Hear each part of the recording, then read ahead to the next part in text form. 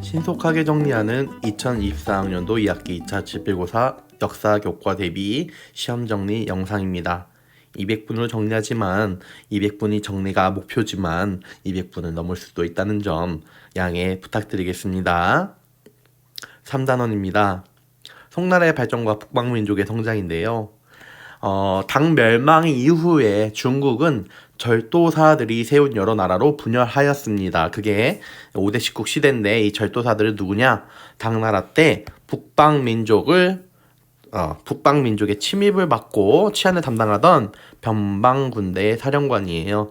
이 사람들은 각자 맡은 그 지역에서 부대를 거느리고 그 동네에 살고 있는 사람들을 관리하고 그들을 통치하던, 어떻게 보면 지방 분권적인 성격이 강한 그런 사람들이에요. 이들에게는 군사뿐만 아니라 행정과 사법, 그러니까 행정만 하자면 그냥 세금 징수까지 다 하는 거죠. 그리고 그 세금으로 그 당시 그 지역을 맡고 있던 지역을 다스리는 그런 어마어마한 권력을 가지고 있었기 때문에 여러 나라로 분열할 수 있었습니다. 태조 조광유는 그러한 상황을 다시 만들고 싶지 않았어요. 군대를 동원한 반란의 가능성이 줄어들길 바랬죠. 황제의 권력이 강화되길 바랬어요. 본인이 세운 새로운 나라는. 그렇기 때문에 자신을 대신할 힘은 없다. 재상의 권한을 축소했습니다. 재상은 말씀드렸지만 많은 신하들의 우두머리예요. 우두머리. 신하들의 우두머리면서 신하들의 의견을 종합해가지고 황제에게 전달하는, 황제와 국가 운영에 대해서 이야기를 나누는 그런 사람인데 이제 그 사람마저도 필요 없다는 거죠. 자, 중앙군의 황제 직속 및 강화, 이 군권, 군사력을 타 황제에게 집중시키는 거예요.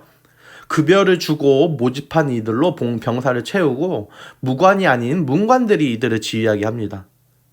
무관이 제대로 된 훈련된 병사를 거느리게 되었을 때는 이런 절도사, 당나라 멸망하기 전에 나타났던 절도사들과 비슷해질 거라 생각했던 것 같아요. 그렇기 때문에 중앙군 모두 황제 직속으로, 그래서 황제가 명령을 하며 움직이는 군대로 만들어 보았습니다. 조광윤이요. 자, 방금 얘기했지만 무관이 아니라 문관이 이들을 지휘하겠단 말이죠. 그밖에, 그러니까 약간 정책적인 것들을 논했던 사람들, 그러니까 제대로 훈련을 받아서 군사를 다스려보지 못했던 그런 문관들이 이제 그 군대를 거느린단 말이죠. 지휘한단 말이죠. 그건 왜 이제 그렇게 나타나느냐? 바로 이 부분 때문에 그렇습니다. 별표죠? 문치주의.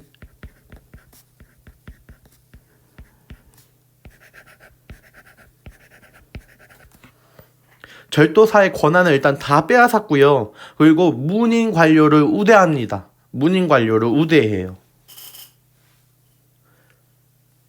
그리고 이 과거제, 문관들이 그 중앙 관리로 나아갈 수 있는, 그러니까 문관이 될 수 있는 이러한 과거제를 아예 개혁을 해가지고요.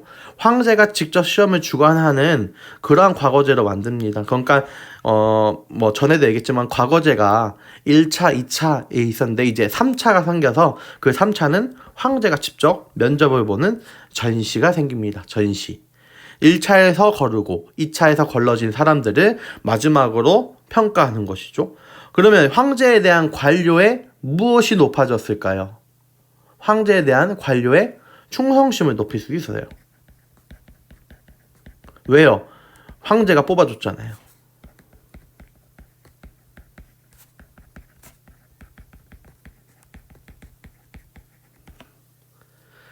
자신을 선발해준 황제와 스승과 제자의 관계를 맺었기 때문에, 그러니까 자신을 선발해준 황제와 스승과 제자의 관계를 맺었기 때문에 황제에 대한 관료의 충성심을 높일 수밖에 없었습니다. 마지막 단계에서는 황제가 직접 시험관으로 참여했기 때문에, 면접을 본 거기 때문에 거기에서 얼마나 앞으로 황제에 대한 충성을 높일 수 있는 그런 관료가 될 수 있는 사람인지를 평가를 했겠죠. 근데 그래서 이러한 문치주의의 영향으로 과거제 개혁의 영향으로 바로 사대부 계층이 형성됩니다. 이들이 송나라를 통치하는 실질적인 권력자들이 된 것이죠. 실질적인 권력자들이 된 것이죠. 그래서 과거를 통해 문인 관료로 선발돼서 새로운 지배층이 된 사대부가 유교적 소양을 갖춘 그런 계층으로 잘 잡았다는 것. 이거 하나 적을까요? 이 사람들은 과거제로 통과하는 사람들이기 때문에 유교적 소양.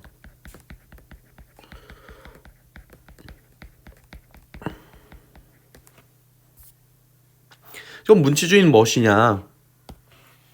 문치주의는 중앙과 지방을 불문하고 정치적인 주도권을 다 과거 출신인 관료, 바로 사대부 계층에게 주었다는 점.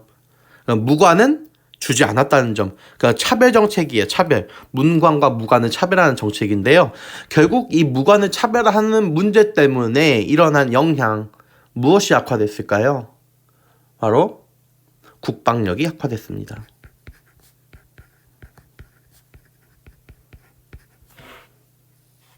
국방력이 약화됐습니다. 그러면 이 국방력 약화가 송해제정 악화로 이어져요. 왜 송나라 창고는 텅텅 비게 되었느냐? 바로 이 다음에 나올 북방민족이 성장하면서 그 북방민족이 정말 송나라를 계속 건드렸다는 것이죠. 건드렸는데 건드려서 이겼나요? 졌다는 것이죠. 그래서 송나라는 국방력이 약화됐고 이에 등장한 북방민족 요나, 서하, 금나라 얘네들과 전쟁을 했는데 얘네들이 너무 세요. 그렇죠? 국방력이 약해졌으니까 당연히 샌드백처럼 맞을 수밖에 없어요. 그래서 이 막대한 물자들을 제공하고 평화를 얻은 것이죠. 평화를 얻은 것이죠. 그 결과 송해 재정이 악화된 것이에요.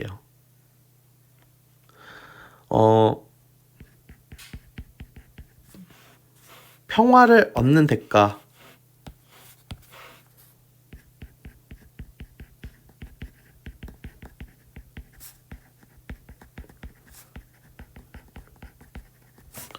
막대한 물자 제공했다는 점.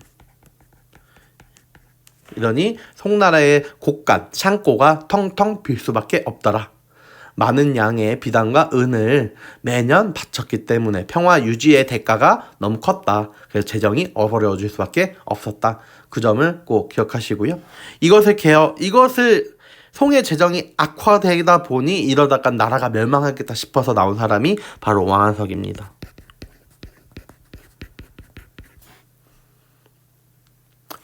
배경은 이거예요. 송해 재정이 악화됐다. 이걸 극복하기 위해서 민생 안정과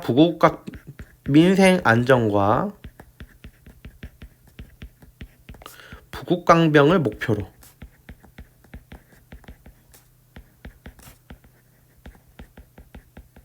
그래서 개혁을 시도합니다. 농민과 상인에게 낮은 이자로 돈을 빌려줄 것, 정부가 물자의 공급을 통제할 것, 농민이 곧 병사가 되어 치안을 유지할 것 등. 그러니까 봄에는 아직 수확물이 없잖아요. 그러니까 궁하단 말이에요. 많은 백성들이 배가 고파요. 그때는 농민들에게 곡식을 대여해 주었다가 추수 후에 약간 이자를 붙여서 상환하게 하는, 또는 이제 노동력을 면제하고, 그러니까 국가에서 부르는 일들을 면제하는 대신 농민들로부터 돈을 받는 거, 또는 전국에 수리시설을 건설해가지고 농토를 확충하는 여러 가지 방법들을 통해서 이렇게 개혁을 하고자 했어요. 하지만 보수파의 반대로 실패합니다. 보수파가 앞으로 역사상 많은 보수파들이 뭔가 보수파들의 반대로 실패하는 그런 많은 역사적 사실을 볼 텐데요.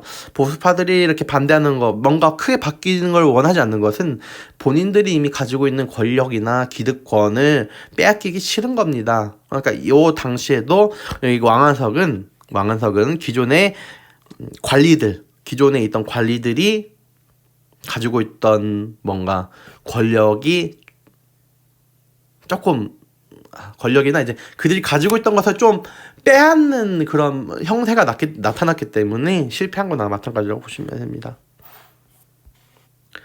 자, 남성의 성립. 결국은 이렇게 샌드백처럼 맞다가, 그러니까 요나, 뭐, 서하, 그리고 금나라, 특히 금나라에 이제 엄청나게 두들겨 맞고서는 요 화북을 뺏깁니다. 요쪽 화북을 빼앗기고 천도를 하죠. 원래 수도가 카이펑이었는데, 이만으로 천도를 하는 그 모습. 그래서 강남지방으로 갔다는 거. 창장강 이남지방으로 가서 비옥한 강남 지역을 개발하기 시작했다는 요 남송의 성립까지 보시면 됩니다. 그럼 이제 남송의 성립까지 만들어준 북방민족을 봐야 되겠죠. 북방민족은 10세기부터 12세기에 각각 한 세기씩 담당을 해서 나타납니다. 그 10세기의 첫 번째 요나라를 보시면 요나라는 거란족이 통합하여 건국한 나라가 바로 요나라입니다. 요나라. 당이 멸망하고 중국 5대 10국으로 분열했을 때 주변의 유목민족들이 부족을 통합해서 국가를 세웠어요. 특히 얘네들은 강력한 군사력이 있단 말이죠. 말 위에서 활도 쓰고 잠도 자고 생활도 하고 그런 애들이 바로 이러한 북방민족이었어요. 그 중에 이제 요나라의 거란족은 야유라보기가 거란족을 통합하여 건국을 했고요. 얘네들은 정착민족이 있는 화북지방으로 바로 들어올 수 있었던 배경이 있어요. 여길 얻었거든.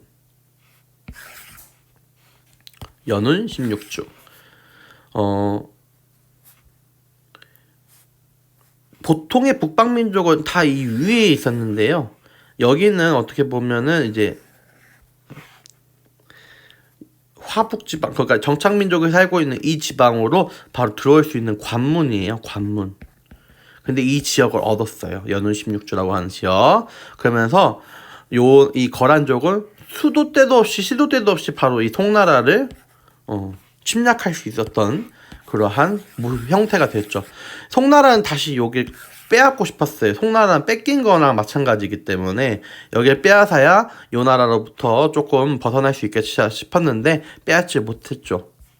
그래서 여기 써있는 만리장성 남쪽 농경지대, 만리장성의 남쪽 농경지대를 차지했기 때문에 송나라랑 계속 대립을 했다. 근데 이 요는 제가 몇 번이나 거란족은 이미 제가 수업 시간에 한국사랑 연계해서 한번 설명을 한 적이 있습니다. 발해를 멸망시켜가지고 태조 왕건이 죽기 전에도 유서로 남겼습니다. 이 짐승만도 못한 새끼들, 짐승만도 못한 이 거란족이랑은 함께 뭣도 하지 마라. 얘네들을 응대도 해주지 마라. 이렇게 얘기했는데 그러한 고려까지 공격을 하죠. 그래서 고려 거란 전쟁이 총 3차의 침입에 의해 이제 1차 침입 서희가 막아내고 2차 침입은 물론 이제 수도인 개경이 불에 탔으나 이제 돌아가는 그 거란족을 양규 장군이 또 열심히 물리쳤다는, 그리고 3차 침입 때는 강감찬의 귀주대첩, 제가 이미 설명한 바 있습니다. 그 부분에서 고려까지 같이 공격을 했었다는 그런 거란 요나라였습니다. 하지만 금나라, 새로 떠오르던 12세기에 떠오르던 요 여진 있죠? 여진이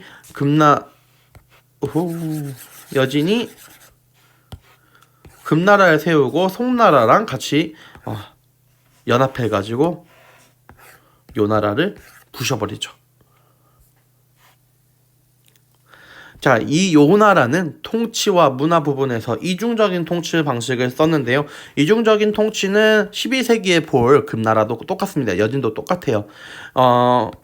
그냥 북면관제, 남면관제라는 게 있는데 딱 말하자면 그냥 이 부족제와 주현제, 그러니까 정착민족과 기존의 본인들의 유목민족의 통치 방식을 달리하는 겁니다. 그래야 자신들만의 무엇을 지킬 수 있냐면 고유한 문화를 지킬 수 있다는 생각을 한 거예요. 그러니까 이 이중적인 통치 방식도 이 고유한 문화를 지키기 위한 노력으로 보시면 됩니다. 정착민족은 그들만의 통치제도가 있었고 유목민족 본인들만의 또 다른 통치제도가 있었기 때문에 그걸 섞지 않는 거죠. 각각 민족에 맞추어서 다른 방식을 쓴 겁니다. 그리고 이러한 고유한 문화를 지키기 위한 노력으로는 지들만의 문자를 제작해요. 이거는 얘네만 그런 게 아니라 10세기, 11세기, 12세기 각 요나라 서하 그리고 금나라 다 똑같습니다. 그럼 서하 볼까요? 서하는 이쪽 바로 요나라의 서쪽에서 송나라의 서쪽에 서북쪽에서 나타나는 건데 티베트 계통의 이원호가 건국을 합니다. 얘들 별다를 게 없습니다. 비단길을 통해서 동서교역 문화를 장악하며 송을 압박했어요. 비단길 장악했거든요. 자, 마지막 12세기 금나라입니다. 여진족이죠. 아골타가 부적을 통일하고 건국을 했어요. 그게 1115년이에요. 1115년에 금나라가 건국됐고요. 여기서 커진 애들이 점점 커져서 여기 화북지방에 있는 화북지방 위에 나타난 요나라를 부시고 그리고 그 송나라를 내쫓아서 바로 이 중앙을 차지하기 시작했죠. 그 한반도에다가는 이제 고려 때 당시 귀족들 문벌 귀족들에게 사대를 요구합니다. 너희들 내가 너희보다 더 강한 나라니 나를 임금과 같이 여겨라 막 이런 식으로 사대를 요구를 했고요. 얘네들 금나라도 뭐 많이 팽창하긴 했지만 결국 남송은 멸망시키지 못했고 후에 등장하는 이 위에서 등장하는 몽골에 의해서 멸망을 합니다. 그게 1234년. 똑같습니다. 거란족과 비슷한데요. 이중적인 통치 방식을 따로 썼습니다. 맹한모국제, 유목민 사회에만 적용되는 맹한모국제를 썼고요. 이것들은 다 고유한 문화를 지키기 위해서 했다는 거. 그래서 그거와 또 다른 일환으로 여진 문자가 제작됐다는 점, 서하 문자가 있었다는 점, 거란 문자가 있었다는 점. 자, 이 부분은 안 합니다. 네, 제가 만들어 놓고 안 했습니다. 송나라의 경제 보겠습니다. 송나라 경제는 크게 발전했어요. 특히 창장강 하류, 남송 때는 또 저 밑으로 남송은 그 강남지방으로 가서 거기가 또 발전되잖아요. 그렇게 창장강 하류까지 강남지방에서 새로운 농지 개간이 일어나고 경지 면적이 크게 늘어납니다. 경지 면적이 크게 늘어나요. 자, 그러니까 농지를 개간했고 농지로 쓸모없는 땅들을 농지로 만들었고 그리고 모내 기법을 보편합니다. 농사 기법이죠. 이런 모내 기법 보편화로 경작지가 확대가 됩니다. 이러면은 이것뿐만 아니라 새로운 벼 품종, 그러니까 빠르게 자라고 맛있는 그런 벼들을 베트남 이런 데에서 도입을 한단 말이죠. 밑에 베트남을 정복했던 나라들이 중국이 있기 때문에. 그리고 거기다 새로운 농기구 이런 걸 다 도입하니까 농업 생산력이 큰 게 증가합니다. 그래서 먹고 세금을 바칠 곡물만 있는 게 아니라 그 이상의 곡물들이 많이 생산돼서 그게 재산이 되죠. 경제가 발달할 수밖에 없습니다. 많은 서민들이 잘 살 수밖에 없었어요. 그리고 도시가 개발됩니다. 도시로 발전을 합니다. 그래서 이 당시 송나라는 이제 도시가 엄청나게 발전을 해요. 물론 방금 얘기했지만 남은 곡물이나 뭐 남은 것들을 이제는 팔기 시작한단 말이죠. 그러니까 상업이 발전할 수밖에 없었어요. 상업만 발달한 게 아니라 본인들이 직접 손으로 다 빚는 도자기, 비단, 차, 철 이런 수공업들도 다 발달합니다. 그렇기 때문에 도시화 시장이 증가를 했고요. 동업조합이 나타납니다. 수공업이나 상업이나 각자 상인들이나 수공업자들이 본인들을 보호하기 위해서 자신들만의 동업조합을 만들죠. 자신들의 이익을 보호하고자 해서 만든 단체 바로 행과 작이 있습니다. 동업조합인데 상업은 행, 수공업은 작 해가지고 동업조합을 만들었습니다. 자신들의 이익을 보호했다고요.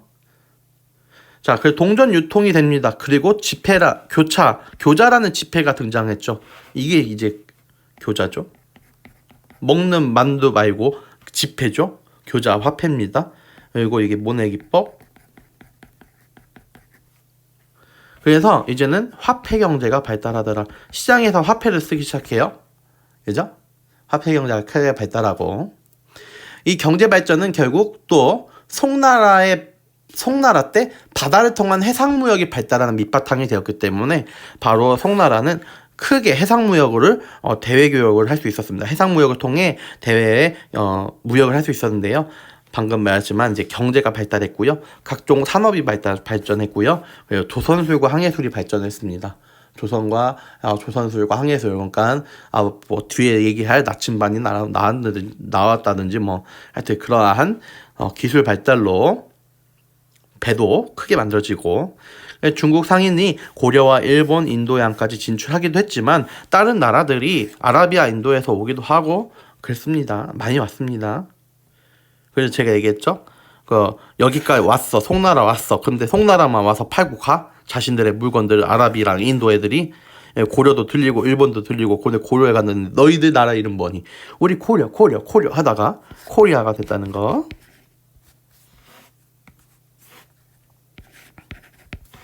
그게 지금은 코리아죠. K죠.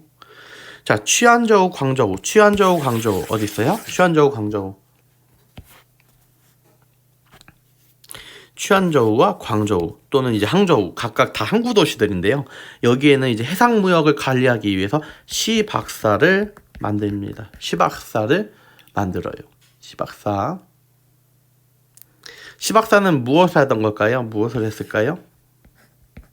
시박사?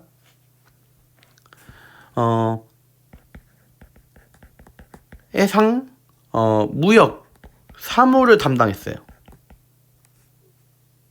해상 무역과 관련된 일을 담당한 관청이 난 거죠. 국가기관이에요.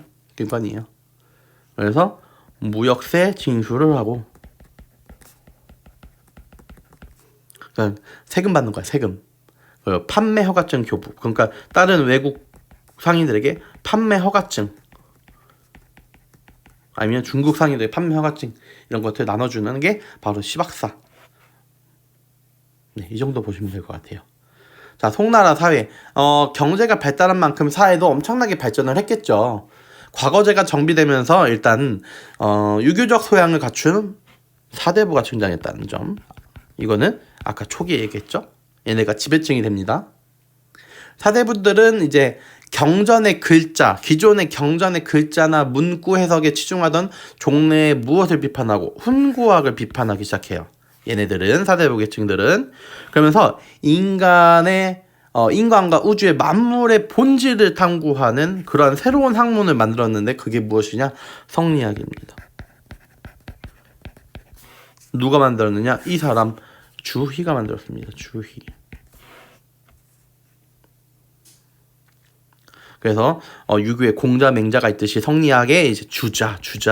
이 사람을 주자라고 합니다. 이 사람 주자. 말도 안 되는 소리죠.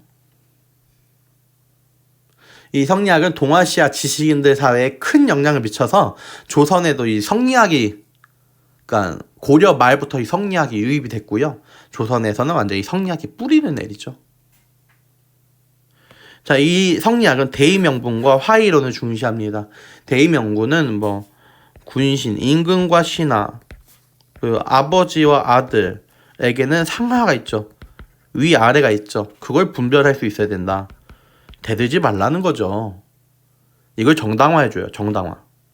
정당화해줘요. 그리고 화의론은 중국이 뭐다? 중국이 천하 문명 중심의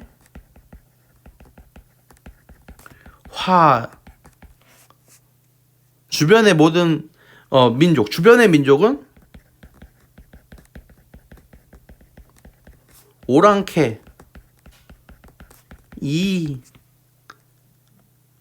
완전 중국 중심의 세계관입니다. 이걸 만들어준 게 성리학이에요. 그러니까 우물 안에 개구리밖에 안 듣던 겁니다. 중국은 문화, 서민 문화, 아까 얘기했지만 경제 및 도시 발전으로 서민의 지위가 향상되고 여러 가지 서민들의 오락들이 성행합니다. 그리고 과학기술 발전하는데요. 과학기술로 발전한 요것 첫 번째 뭘까요? 이거는 불화살이에요. 화약이죠. 다음 건 뭐예요? 이거 나침반이에요.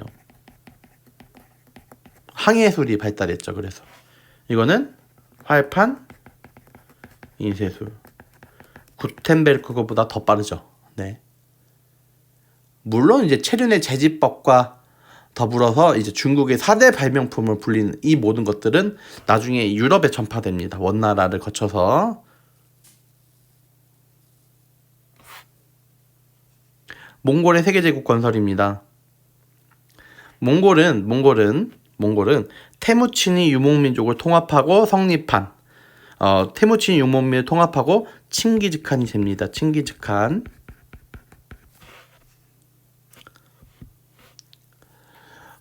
이 몽골 제국의 천호제로 편성된 기마군단이라고 하는데요. 그러니까 말하자면 몽골의 군사 조직이요. 모든 국민이 몽골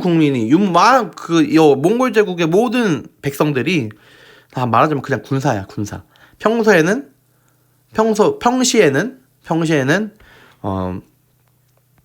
열심히 유목민족이 뭐 농사는 아니고 뭐라고 해야 될까요? 평소에는 부족 생활을 하다가 전쟁이 나면 다 군사가 돼버려요. 말하자면 그런 식으로 얘네들은 철저하게 훈련받은, 그리고 훈련받았는데 평소에는 아주 일반적인 생활을 하는 그러한 몽골 군사 조직이었어요. 그래서 군사력이 엄청나게 뛰어났고요. 이슬람 상인들이 도움을 줬다는 거는 군수 물자를 비롯해서 정복지에 대한 정보를 제공합니다.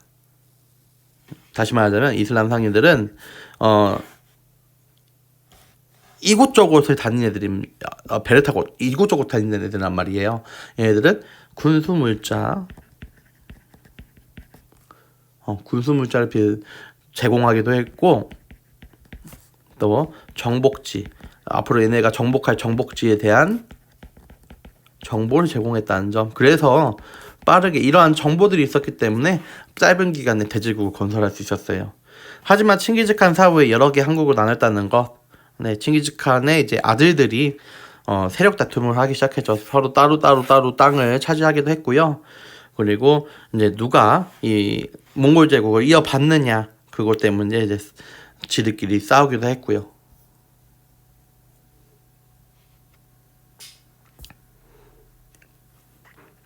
결국 몽골은 한족 국가처럼 원나라를 국호원을 세웠습니다. 그래서 쿠빌라이 칸이죠.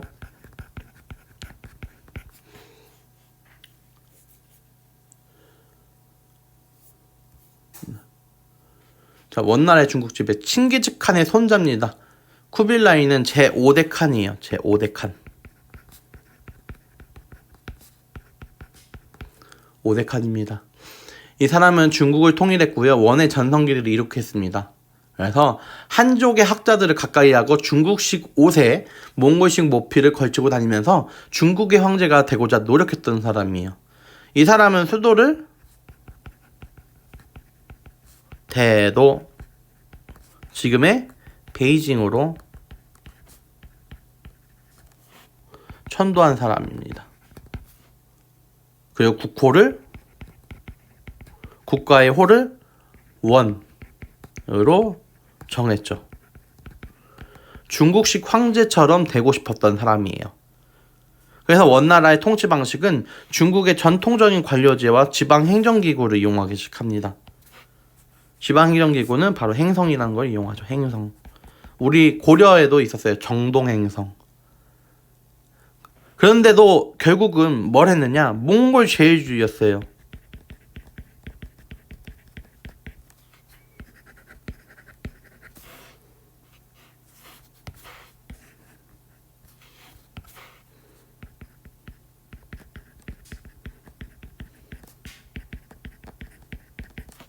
결국 몽골인이 최고다. 몽골인이 제일 우대 받아야 된다. 결국 이것은 민족 차별 정책이죠. 다른 민족들은 그만큼 몽골인보다 뒤에 있겠죠. 그 지배계층이 어떻게 되느냐? 이러한 몽골 제주에 의하면 제주에 의하면 맨 위에 있는 게 이제 몽골인들이에요. 그 다음에는 얘네들 그런데도 이제 능력 위주의 인재를 등용했잖아요. 그렇기 때문에 실무에 정통한 사람은 인종이나 언어, 종교에 관계없이 관리로 채용합니다. 그래서 다양한 종류의 사람들, 저는 이제 여러분들에게 눈에 색깔이 있다 그래서 색목인이라고 했는데, 얘네들 색목인 눈의 색깔이 다른 거 맞죠? 바로 중앙아시아와 그 서아시아 사람들이거든요. 이 사람들은 뭘 했느냐? 재정 업무를 담당했다. 능력이 있으니까. 그래서 인종, 언어, 종교 관계없이. 근데 결국 민족 차별이에요. 왜냐? 금나라의 지배를 받았던 사람들은 바로 요 한인이라고 했고요. 그리고 남송의 지배를 받았던 사람들 남인. 마지막까지 몽골에 저항했던 애들이죠. 남송. 금나라는 이대인 오고타이칸한테 멸망했고요. 남송은 그 이후에 멸망했단 말이에요. 그러니까 마지막까지 저항했던 건 남송인 거예요. 그러니 얘네들은 제일 밑바닥이죠. 남송에서 지배를 받았던 애들. 한인과 남인들도 일부 관직에 진출할 수 있었으나 얘네들 둘 다 과중하게 세금 의무가 있습니다. 세금 의무. 그러니까 세금을 많이 바쳐야 됐던 애들이 결국은 대우도 못 받고. 이런 민족 차별, 그러니까 민족 갈등이 심화될 수밖에 없어요. 몽골에 이렇게 해서 띄워줬기 때문에 몽골의 고유한 전통을 유지할 수 있겠죠. 하지만 민족 갈등이 매우 심했습니다. 그러니까 원나라는 결국 왜 멸망했을까요? 자연재해와 왕에게 승분쟁. 쿠벨라이 칸 죽고 나서 이 황제 자리 누가 할까? 또는 이제 자연재해가 그 당시에 있었다고 그러고요. 지폐인 교초가 남발됐어요. 화폐가 남발됐어요. 그래서 경제가 혼란스러워졌어요. 그리고 왕실에 재정이 없었죠. 왜? 티베트 불교를 너무 후원했어요. 거기에 빠져 있었어, 황실 애들이. 그러니까 재정이 악화됩니다. 그래서 결국 한족들의 반란으로 북쪽으로 쫓겨난 게 1368년이고 그게 그 다음 명나라가 나타난 겁니다. 원나라의 문화 볼까요? 얘네들 선민 문화가 발달합니다. 얘네들도 원나라 때도 농업이 장려됐어요. 그래서 농업 기술이 보급되고 목화 재배가 확대되고 교통로가 발달하면서 물자기로 왕성했고요. 이러니까 결국 얘네들도 문화가 발달을 하는데요. 잡극, 여기 보이시는 게 잡극입니다. 이거 공연하는 거예요. 공연. 잡극, 음악과 모든 게 합쳐졌어. 백성의 이야기 이런 걸 이제 예술 장르로 나타낸 거예요. 구어체 희곡, 구어체 그냥 뭐라고 해요? 자, 다양한 종교, 티베트 불교가 황실의 보호를 받았다는 것, 그리고 이슬람, 카톨릭 다 공존했다는 것 넘기자. 자, 이렇게까지 다양하게 될 수 있었던 건 세계제국 건설된 몽골이 때문입니다. 동서교류가 확대됐다는 거 매우 중요해요. 자, 육상, 주요 교역로, 엄청나게 얘네들은 고속도로 뚫듯이 엄청나게 그 길을 많이 만들었단 말이죠. 그런데 이 육로가 너무 길어. 수도까지 오는데 너무 길다고. 오는 길이 너무 길어. 그러니까 중간 고속도로 제가 얘기했죠. 고속도로에 비유했잖아요. 고속도로 오는 중간 너무 힘들면 어디 들려야 돼? 뭐 먹고 자고 뭐 쉬고 뭐 해야 돼? 휴게소 있어야 돼요. 그럼 얘네들은 뭘 설치했어요? 역참을 설치했다고요. 그래서 관리나 사신들에게 숙식, 그러니까 자고 먹는 거, 말을 제공하는 역참제가 실시가 됐는데, 이 역참을 이용할 수 있는 사람들은 그냥 이용할 수 있는 게 아니에요. 뭐가 필요해? 이게 필요해요. 이게 뭔데? 패자야. 역참을 이용할 수 있는 일종의 통행증이에요. 통행증. 이걸 보여줘야 휴게소를 이용할 수 있었다. 역참을 이용할 수 있었다. 대운하 및 해상운송로를 정비합니다. 수나라 때 만든 대운하를 다시 정비를 하고요. 그리고 이 바닷길 운송로를 정비를 합니다. 그리고 항저우, 취안저우 등 세계적인 무역항을 번영. 당연히 뭐 있었겠어요? 시박사에 있었죠. 시박사. 여전히 시박사가 해상무역관청으로 운영되었습니다. 그래서 무역세도 여러 가지 다 담당했다는 거. 그리고 비단길, 초원길, 바닷길이 다 대도 중심으로 연결됐어요. 수도인 대도, 원나라의 대도. 야, 그러면서 당연히 여러 유라시아 대륙을 연결하는 교통로가 정비되면서 당연히 이제 그 서양에서 왔어요.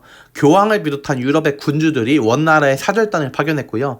그래서 대표적으로 알 수 있는 사람, 이런 사람들, 마르코 폴로. 이탈리아 베네치아 출신인 마르코 폴로가 원나라에서 생목인 관료로 근무를 해요. 17년간. 그러면서 이 사람이 쓴 책이 뭐야? 동방견물록.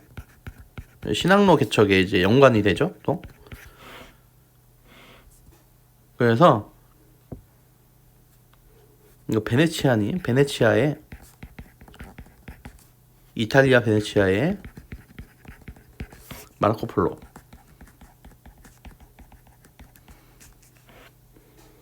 이분 바투다는 이제 이슬람인이죠. 모로코 출신의 여행가예요. 25년 동안 예루살렘, 바그다드, 델리, 취안저우 여기저기 다녔던 사람 이분 바투타. 이런 두 사람이 이런 두 사람 같은 상인과 여행자들이 중국을 방문해요. 이러한 교류와 왕래를 통해 중국의 나침반, 화약, 인쇄술 다 유럽으로 넘어갑니다. 전례가 된다는 얘기죠. 또한 수학, 의학, 천문학, 이슬람의 문화가 원나라에 전해집니다. 그러면서 이런 이슬람의 달력인 수시력도 편찬이 되죠. 이슬람 달력의 영향으로 수시력이라는 게 편찬되죠. 원 말기에 농민 반란군인 홍건적을 이끌었던, 그러니까 원 말기에는 전국적으로 봉기가 발생하여 여기저기서 그 중에 농민 반란군이 이제 홍건적이 있었는데 그걸 이끌었던 주원장이라는 사람이 금능을 수도로 해서 금능이 난징이에요. 지금의 난징을 수도로 건국을 하는데 그게 1368년에 명나라입니다. 이 사람은 홍무제가 되어서 다시 베이징을 차지하고 원나라를 북쪽으로 몰아내게. 이제 베이징을 다시 일단 차지한 거는 맞죠. 일단 베이징을 차지했고 원나라 애들을 이제 북쪽으로 다시 지들이 있던 대로 몰아냈어요. 그 결과 다시 이제 한조 광조가 중국을 지배하게 됐잖아요. 근데 일단 다 자신 이제 원나라가 몰아낸 그 자리에 본인이 다시 중앙집권 체제를 강화해야 되는 부분이 있는 거예요. 지금까지 원나라의 지배를 받았기 때문에 거기에 익숙해져가지고 또 반란이 일어날 수 있단 말이야. 혹시나, 그렇지? 그래서 이제 이 사람이 황제권 강화를 일단 시도를 하죠. 제상제를 폐지합니다. 그러니까 태조 조광윤이 했던 것처럼 모든 권력을 황제에 집중하는, 굳이 신하들 중에 최고 책임자가 없어야 된다는 걸 자기가 다 알아야 돼. 자, 그러면서 중앙은 이제 본인의 황제의 권력을 집중했으니까요. 지방은 어떻게 통제하느냐, 그 넓은 지방을 어떻게 통제하느냐. 그때는 이제 향촌을 통제하는 거에는 이제 이갑제를 만들어요. 이갑제가 뭐죠? 이갑제는 제가 한번 설명했죠. 수업 시간에.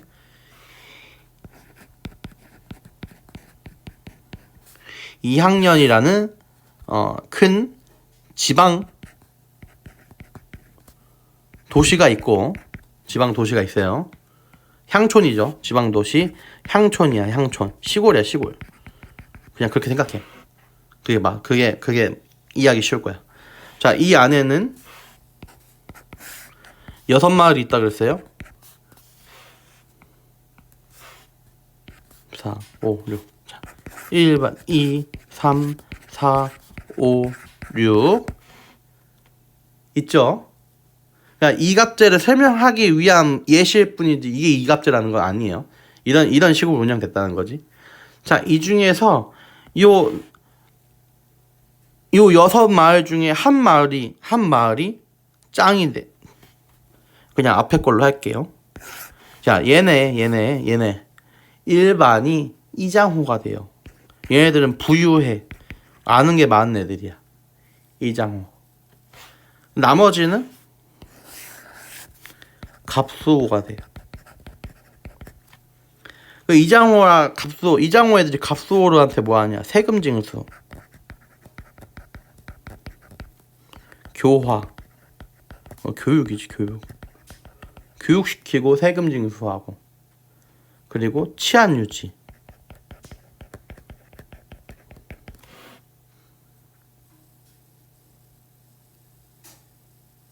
그러니까 직접 세금 징수하고 치안 유지를 담당하게 한 제도, 이게 바로 이갑제입니다.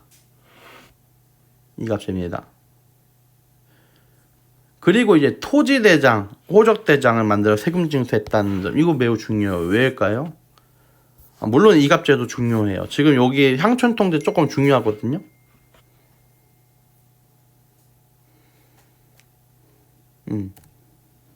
중요하거든요. 토지대장은 우리 교과서에도 있어요. 103쪽에 그림 있어요. 어린 도책. 토지에 대한 정보를 다 기록해 놓은 명대 토지대장. 토지를 구분해 놓은 모양이 물고기의 비늘처럼 생겼다 해서 어린 도책. 호적대장은 부역황책.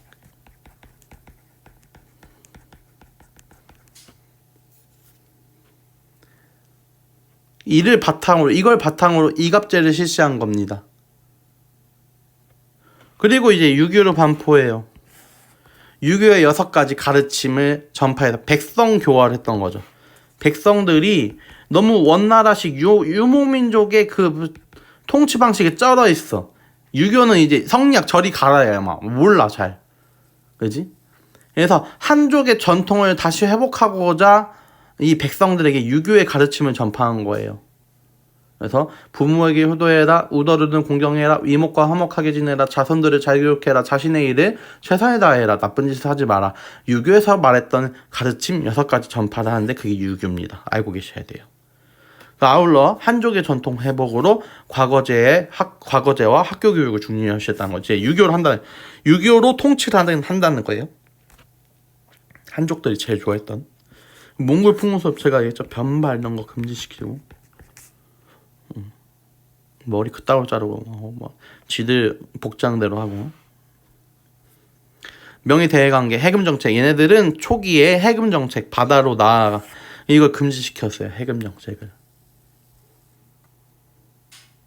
민간인의 해상무역을 금지시켰던 거예요. 근데 조공책봉, 그러니까 주변 국가의 힘을 과시해서 조공은 받았어야 됐어. 그러면 중국의 황제가 주변 국가의 군주를 승인해주는, 책봉해주는 그 대가로 주변 국가가 정기적으로 황제한테 와서 조공 바쳐야죠. 근데 이 그림 이거 왜 매우 곤란해야죠. 황제가 왠 줄 알아요? 너무 자주 왔어.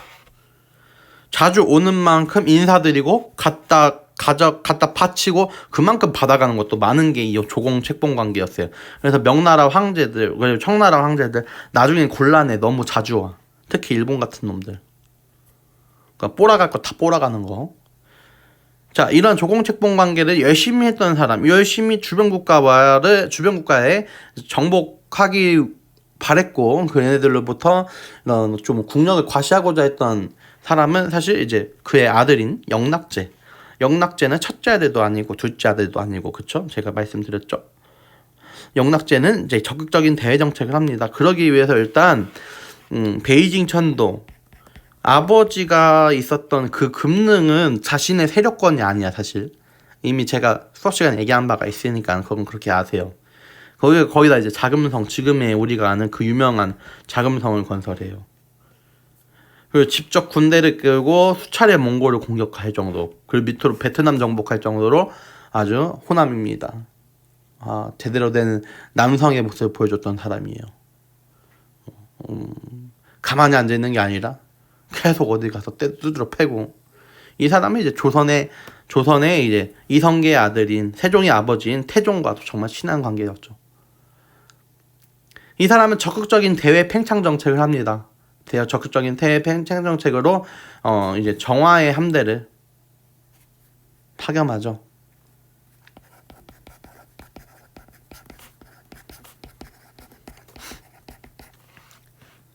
정화 그는 이슬람교도이자 이제 황관이었어요. 그죠?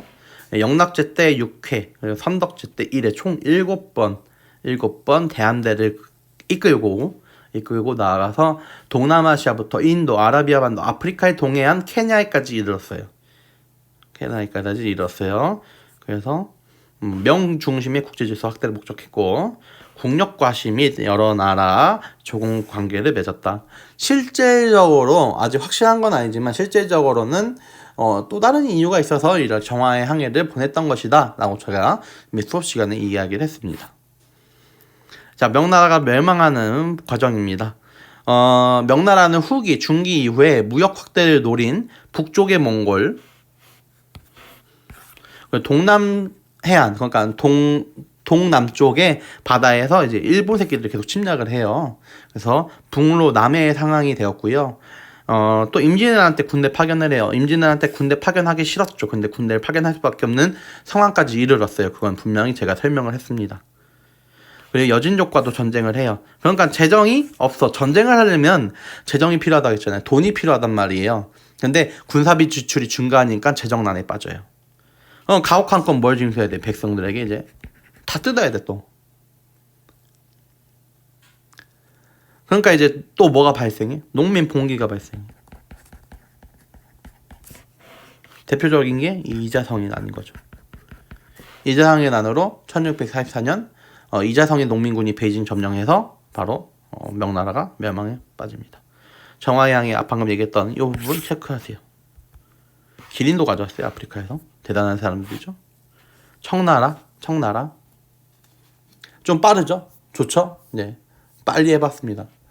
명나라가 쇠약해진 틈을 타서 누르하치, 그러니까 지도가 어디 있을까요?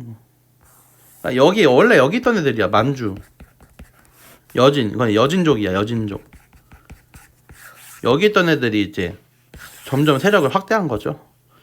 누르하치가 여진족을 통일하고 무엇을? 후금을 공격했다. 여진족이 금나라 만들었었잖아. 근데 얘네들도 이름이 금이에요. 근데 제가 얘기했죠. 앞에 금이 있으니까 뒤에도 금이면 헷갈린단 말이야. 그러니까 역사가들이 얘네들은 뒤에 있는 금이다 해서 후금이야. 알겠나요? 자, 후금을 건국했습니다. 얘네들은 누르하치는 한 게 없어요. 그의 아들이 이제 홍타이지가 한 게 많죠.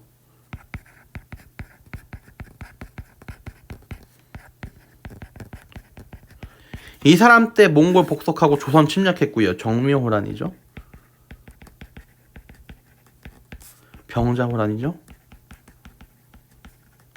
국호를 청으로 변경했다. 청나라가 된 거죠. 명멸망 후에 베이징으로 입성하는 바로 홍타이지 태종으로 볼 수 있습니다. 명이 멸망하자 8기군을 이끌고서는 8기군 여기 뭐 보이진 않네요. 제가 따로 그림을 안 놨네요. 뭐 몰라도 됩니다. 청나라는 17세기 후반부터 130년여간 바로 강희제, 옹정제, 건룡제 바로 요 세 명이 130년간 전성기를 누리게 해줘요. 전성기. 강희제 때는 이제 원래 제가 말씀드렸던 게 뭐냐면 수업 시간에 청나라 애들 얘네들 결국 유목민족이 다시 나라를 세운 거란 말이죠. 그러니까 정착민족이었던 명나라 입장에서는 얘네를 반대해. 그러니까 여기에 정씨 세력이 있어요. 요 타이완을 먹어서 여기에서 계속 뭐 해? 시위해. 누구 뭘 해? 청 반대. 시위를 해. 그러니까 그럼 요 베이징에서는 이제 청정부의 입장에서는 요 새끼들을 빨리 없애지 못하면은 얘네랑 교류할 수가 있는 요 바닷가 애들 여기 살고 있는 애들을 다 내륙으로 집어넣어야 돼요. 왜냐? 교류하면 얘네들 도와주면 얘네들 계속 버티고 있을 거 아니니? 그래서 해금 정책으로 천계령 반포한단 말이죠. 바닷가에 살지 말라고. 근데 강희제가 얘네들을 복속시켜요. 결국은 복속시켜서 이것도 없어지죠. 해제를 하죠. 그래서 제가 여기 써놓은 겁니다. 타이완의 정시 세력이에요. 진압을 했어요. 네르친스크 조약, 러시아 위쪽 러시아랑 국경선에 대해서 논의했어요. 이게 강희제예요. 옹정제 아빠가 해놓은 게 있으니까 지는 이제 황제권 광화만 하면 돼. 새로운 화의사상. 왜 화의사상을 새로 제시하느냐. 명나라 출신들이 계속 태클 걸어. 아까 성리학에서 얘기했죠. 화의관.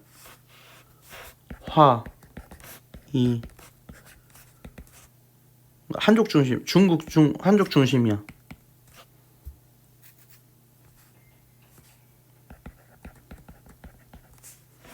이 오랑캐 주변 국가야. 그러니까 한족의 입장에서는 얘네 그 만주족은 오랑캐야. 청나라를 세운 애들은 오랑캐야. 그래서 막 태클 걸어. 근데 청나라 애들이 이제 결국 우린 하나다. 얘네들이 오랑캐지. 우린 하나야. 새로운 화의 사상을 제시해요. 왜 언제적 화의 사상이야. 이제 그만해. 응? 혈통 중심의 화의 사상 그만해. 태어난 곳이 변방이더라도 도덕성만 갖추면 중화야. 그러니까 우리나라도 그래서 우리나라도 명나라에 이어서 지들이 중화라고 해요. 지가 도덕을 갖춰 중화. 새로운 중화다. 권룡제 최대 영토, 지금의 청나라를 만든 최대 영토를 확보하고요. 그리고 사고전서를 편찬합니다. 백과사전이요. 중국의 전국 각지의 책을 모아서 목록을 작성해가지고 각각 총 4가지의 분류로 편찬을 해요. 역사, 유학, 사상, 문학 이렇게 4가지로. 중국이 이 서적을 편찬하는 과정에서 이제 만주족에 반대하는 한족의 글이나 책을 다 이제 소각을 해요. 이제 지들을 계속 비판하는 책들을 아빠 때도 고생했는데 얘 때도 이제 지랄인 거야 이건. 그치?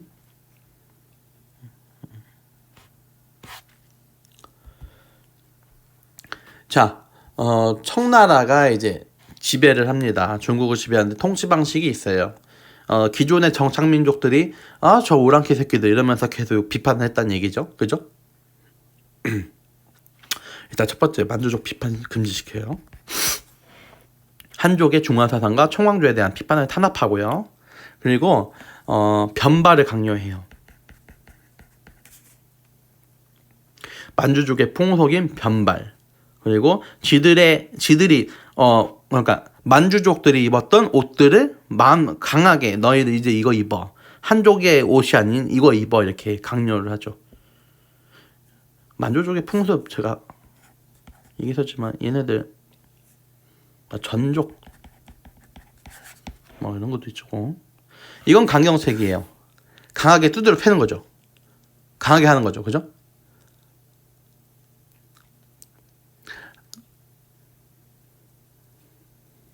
회유책. 그러니까 잘 꼬시는 거야. 자, 두드려 패기만 하는 게 아니라 잘 꼬셔야 돼. 그러니까 고위 관직에는 꼭 만주족만 있는 게 아니라 자, 너희도 내가 등한시하듯이 그러니까 차별하지 않겠다. 그걸 보여주는 거죠. 저울에 똑같이 보는 거. 누구 하나 높은 게 아니야. 만주족만 더 높은 게 아니야. 또 유교문화 존중. 그러니까 유학은 한족 정착민족 애들의 학문인 줄 알았어요. 하지만 얘네들이 우리도 너희들의 문화, 너희들의 학문을 존중해준다. 그래서 우리도 요대로 하겠다.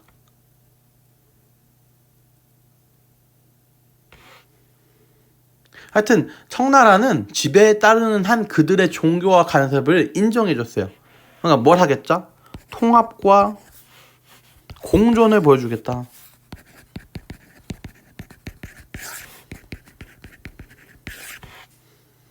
통합과 공존을 보여주겠다. 이런 모습들.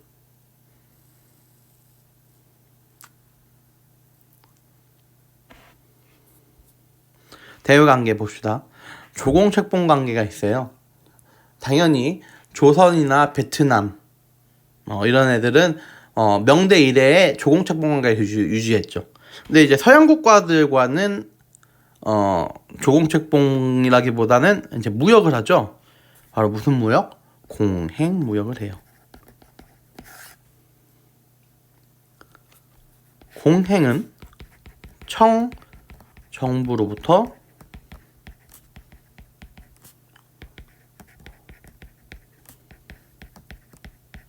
허가를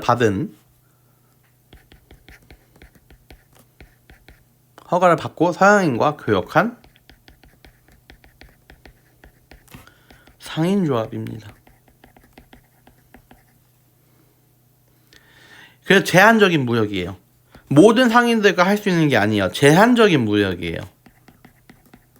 그러니 다른 나라들이 좋아하지 않아요. 청 중심의 국제 질서를 확립하려고 했던 거예요. 그리고 결론적으로 항구를 하나만 열어주죠. 광동 무역 체제입니다. 그래서 제일 불만이 많았던 게 이제 누구야? 영국 애들이죠. 좀 필기를 하세요. 농업은 처음에 일단 이모작이 확대된다는 거.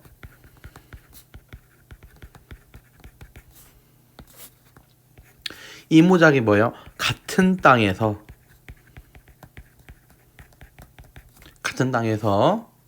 1년에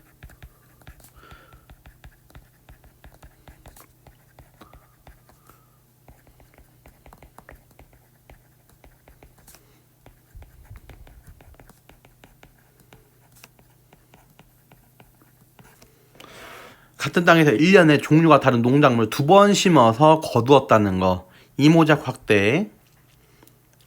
또 새로운 작물이 유입. 외국으로부터 서양 국가로부터 새로운 작물이 유입이 됐는데 그게 이제 감자, 고구마, 옥수수, 고추 등입니다. 그쵸?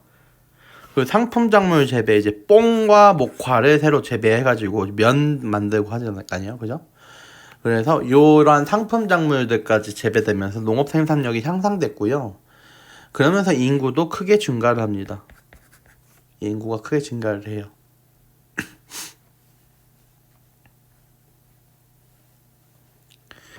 그리고 수공업에서는 면직물, 아까 방금 목화 봤죠? 면직물, 비단, 도자기 생산까지 증가를 했고요. 그래서 이 도자기 생산에 전문적인 도시들도 생겨나고요.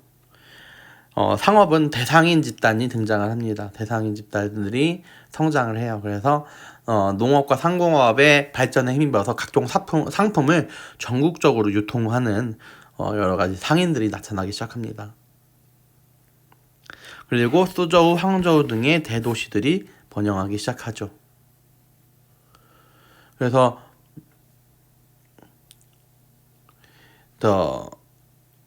이런 부분에 대외 무역이 엄청 발전했는데 이때 비단, 도자기, 차, 면직물 이러한 중국산 상품이 신대륙 및 일본에서 생산된 은이랑 교환이 돼요. 은이 이제 막대하게 중국에 들어오기 시작했죠. 그러면서 이 은이 이제 화폐로 이용됐다는 점. 이 은이 이제 서양 국가에서 들어오면서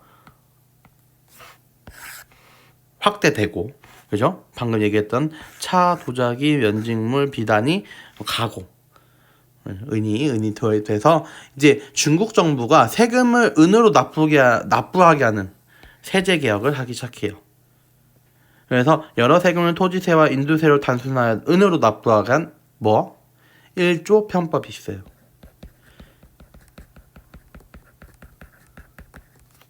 이것은 언제? 명나라 때. 여러 세금을 토지세와 인도세, 그러니까 사람 수에 따라 세금을 부과하던 세금으로 단순화해서 은으로 납부시켰다는 거 하나. 그리고 이거는 지정은제죠. 청나라의 지정은제.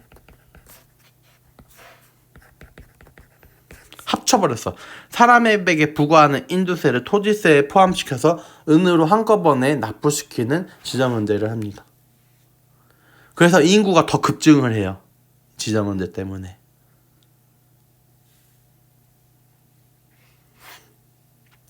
명청의 사회입니다. 사회를 주도, 명나라, 청나라 다 이 사회 주도한 건 지배층인 신사예요. 신사는 유교적 소양을 갖췄어요. 유교를 잘 알았죠. 그렇죠? 그러니까 사대부 계층이랑 똑같은 거예요. 송나라에. 이 사람들은 지방관을 도와서 향촌사회 안정과 질서 유지를 시켰고 이민족 왕조인 청나라에 협조를 했어요. 오랑캐라고 하지만 여기 협조를 한 거예요. 어차피 청나라 애들도 얘네들 써먹었고. 그죠? 중앙의 관리로 진출. 아까 만한 병용 봤죠? 네, 얘네들도 고위 관직에 진출하기도 했습니다. 학문. 명나라 때는 양명학. 왕수인이라는 사람이 제창을 했어요. 이 사람이 왕수인이죠. 왕수인이죠. 왕양명이라고 나와요. 성리학을 형식에만 치우친 성리학을 비판을 했어요. 그래서 지행합일의 실천을 강조했죠.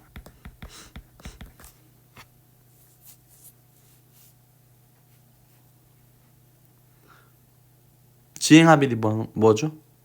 올바른 지식, 양지와 행동의 일치를 강조하는 양명학이었습니다. 그러니까 올바른 지식과 행동 일치시켜라. 그러니까 아는 만큼 행동을 일치시켜라 이거예요. 알면 그만큼 행동하라는 거지. 아는데 행동 안 하는 게 문제가 있다는 거죠. 청정부의 이제 사상, 청대 사상, 정부의 사상 통제가 있었죠. 그래서 이 현실적인 정치를 멀리하고 경전만 탐구를 하는 고증학이 또 청나라가 이 만주족들이 정착민족 한족들이 보던 모든 유학이나 여러 가지를 막 금하기도 시켰으니까 그래서 이제 더럽다고서는 내려가서 이제 시골에 내려가서 혼자 그냥 경전만 연구하는 거예요. 공자맹자 이런 경전들. 권륭제 때는 그래서 사고전 써서 편찬했다는 거 아까 얘기한 거죠.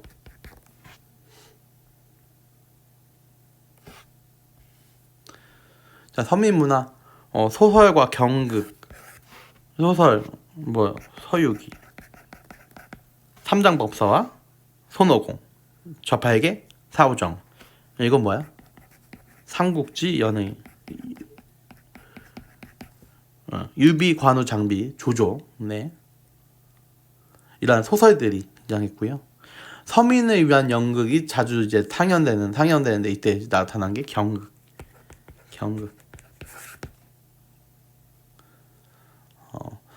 베이징을 중심으로 발전한 연극이에요. 그래서 극중 여성의 역할도 남자가 하는. 서양에서는 베이징이 오페라다 이렇게 얘기를 했어요.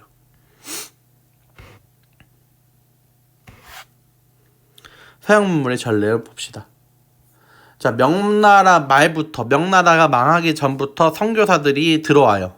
선교사들이 들어와서 서양의 과학 기술을 소개하면서 그러면서 또 이제 은근 간접적으로 이제 선교를 하죠.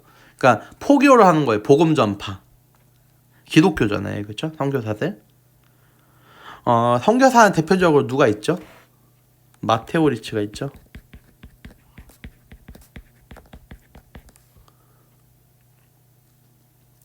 이 사람은 고려만국제연도를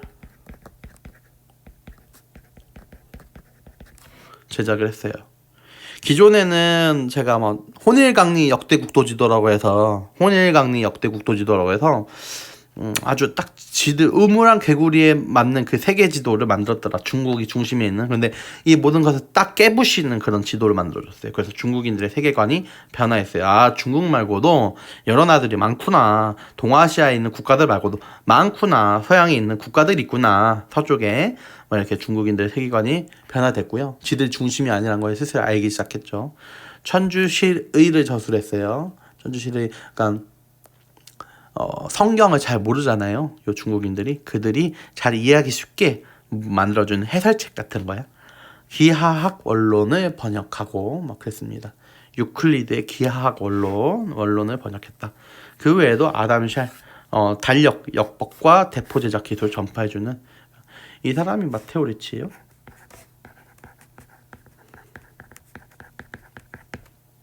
마테오 리치와 서광계.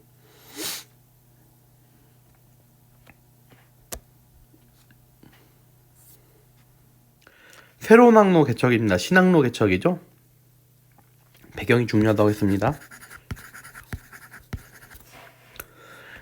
동방에 대한 유럽인들의 호기심이 증대했다. 이 역할을 크게 한, 호기심 증대의 역할을 크게 한 거는 마르코 폴로의 동방견문록이라고 했습니다. 베네치아 출신인 마르코 폴로가 동방견문록을 원나라에 있을 때 쓴 이 모든 내용들을 정리해가지고 이걸 전파시키는 바람에 동쪽에는 우리가 모르는 그런 나라들이 있구나.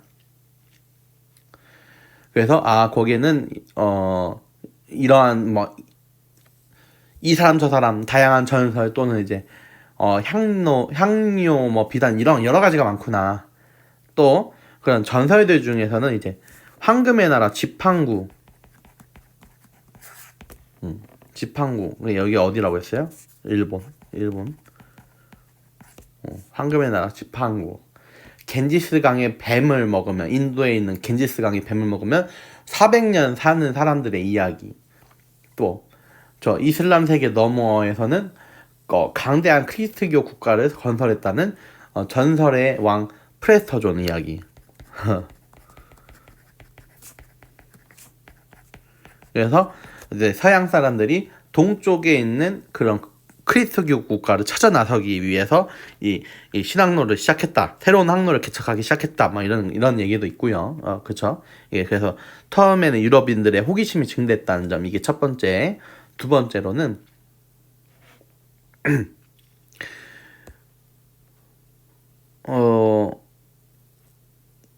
향료.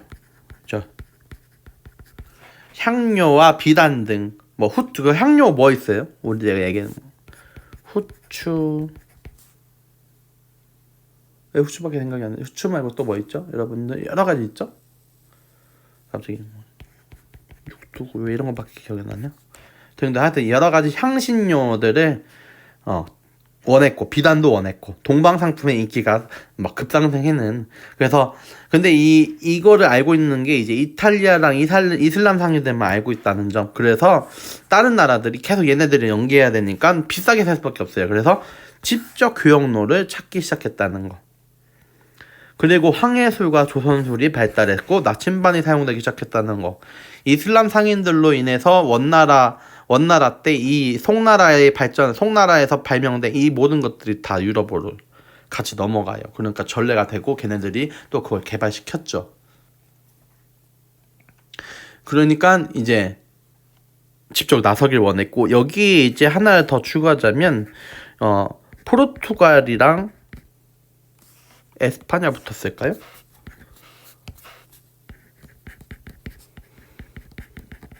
결국은 새로운 항로를 개척할 수 있었던 건 요 두 나라가 엄청나게 지원을 했기 때문에, 강력한 후원을 했기 때문에 신항로를 개척할 수 있었던 배경으로 들어가는 거죠.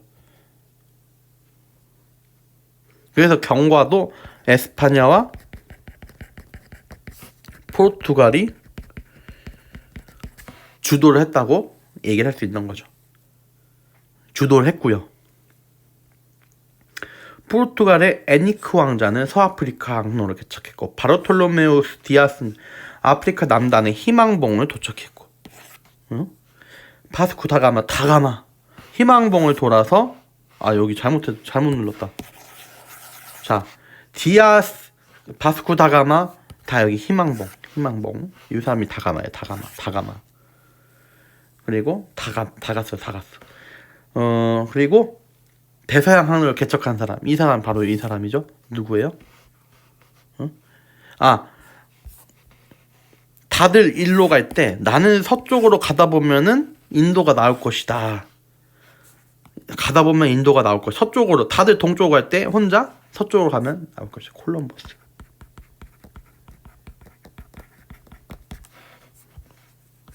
인도인 줄 아는 서인도도 저도 도착했죠. 그리고 아메리카를 발견했죠. 이 사람 누구예요? 마젤란이죠. 제가 얘기했죠.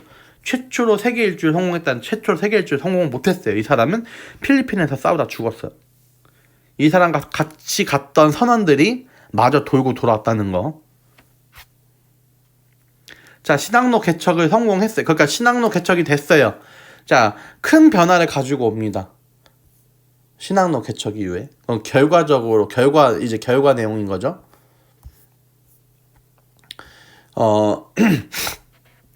기존에는 요거 지중해가 무역의 중심지였어요. 근데 이제 지중해가 아니라 그 중심지가 일로 옮겨갑니다. 어디? 대서양으로.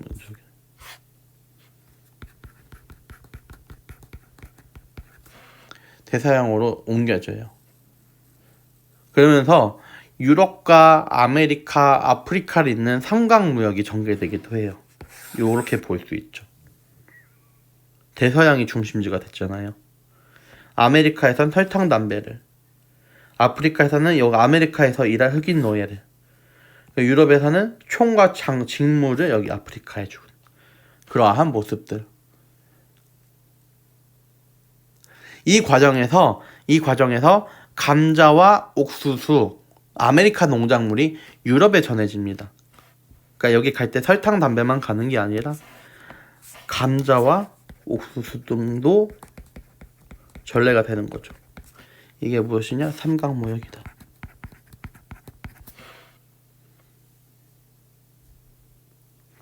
그래서 유럽인들의 생활이 많이 변화했어요. 아메리카에서는 담배, 감자, 카카오, 옥수수, 동방에서는 차와 면직물 이런 게 들어왔으니까.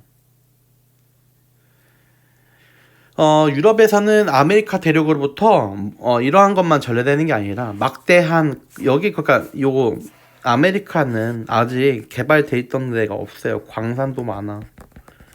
농사짓기도 좋아. 광산 뭐 나오겠어? 금, 은. 그러니까 금, 은이 여기에서 채워가지고 유럽에 엄청 간단 말이죠.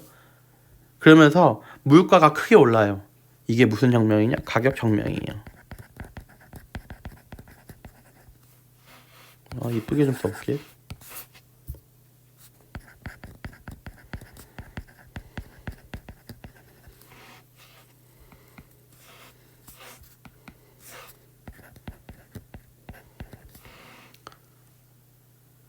이로 인해 도시의 상공업자들이 크게 성장합니다. 성장해요. 교역망이 확대되면서 주식회사, 근대적 기업들이 등장합니다. 어음, 보험, 금융제도가 갖추어졌고요. 상공업과 금융업이 발달합니다. 이게 상업혁명이에요.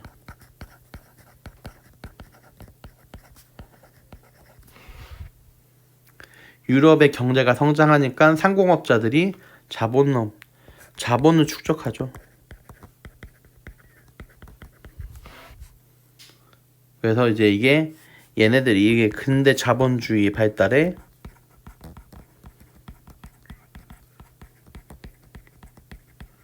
영향을 준 거예요.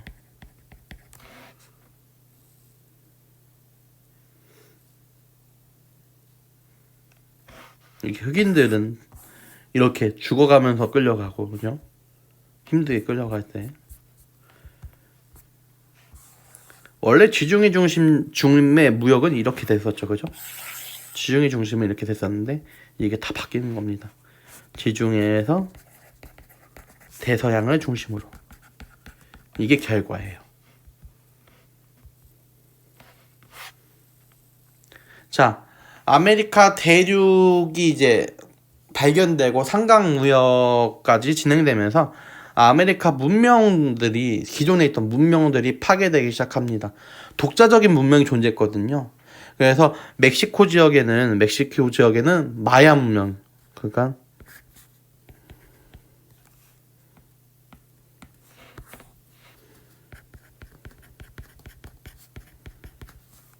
이 멕시코 지역에서는 마야 문명이 발달을 해요.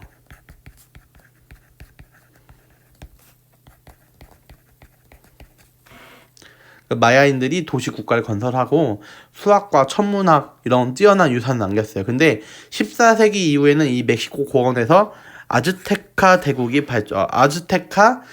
발전을 하죠. 이 사람들은 뭐 그림 문자와 달력을 사용하고 거대한 뭐 피라미드를 짓고 신전을 짓고 뭐 그리고 이제 안데스 산지에는 이제 바로 잉카 문명이 발전을 하고 잉카 제국이 번영하는데 얘네들 이제 또 쿠스코라는 데를 중심으로 영토를 넓히고 도로 정비해서 뭐 이렇게 발전해 나가요. 근데 유럽인들이 몰려들면서 이 아메리카 문명이 급속하게 파괴됐죠. 에스파냐의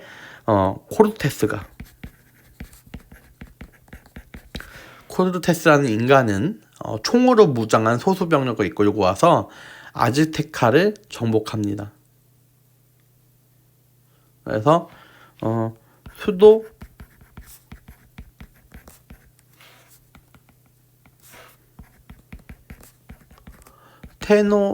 테노치티틀란 여기를 정복합니다. 코르테스가. 그래서 뉴 에스파냐, 그러니까 지금의 멕시코의 식민지 총독이 되었어요. 그래서 원주민들을 수탈했던 코르테스가 있고요. 에스파냐 이제 잉카 제국 안데스 산지에 있는 잉카의 는 이제 피사로, 얘가 총으로 무장한 소수 병력을 데리고 가서 막 부십니다. 에스파냐 왕의 지원을 받아서 페루를 침입했고요. 1533년에 잉카 제국을 멸망시켜요. 수도 쿠스코를 점령합니다. 그래서 대학살을 하고 다양한 보물을 약탈을 했어요. 다 식민지로 삼은 거죠. 뒤이어서 영국, 프랑스 이러한 다른 유럽 국가들도 아메리카의 식민지를 건설합니다. 이후에 아메리카는 많은 변화를 겪게 되는데요. 에스파냐의 아메리카 원주민들이 강제 동원되고 노동력이 착취돼가지고 금, 은 채굴하고 사탕수수, 담배 재배를 합니다. 가혹한 노동이 시달렸던 거죠. 그리고 유럽에서 전염된 전염병, 천연두, 홍역. 원래 이런 것도 모르던, 이런 병도 모르던 애들인데 이런 원주민들, 그죠? 근데 인구가 급감하기 시작합니다. 그러니까 이제 누구 데리고 오는 거야? 얘네 데리고 온 거야. 아프리카에서. 원주민이 이제 부족하니까. 알겠나요?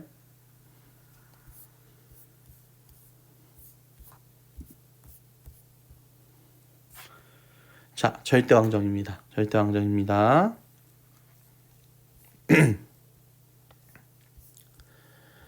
16세기에서 18세기에는 이제 유럽에서 국왕을 중심으로 한 중앙 집권적 통치가 강화된 요 지배체제 절대왕정이 등장합니다. 절대왕정이 등장하는데 절대왕정에서는 군주들이 관료제와 상비군을 육성합니다. 관료제와 상비군, 군주의 권력 기반인 어디 써야 돼요? 여기 써야 돼요. 관료제, 상비군.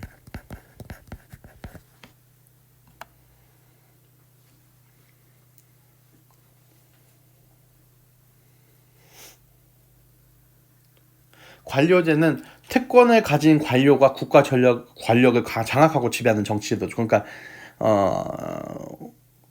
왕 밑에 조직적으로 있는 이제 새로운 공무원들, 근데 이제 권력을 가진 공무원들이나 마찬가지예요.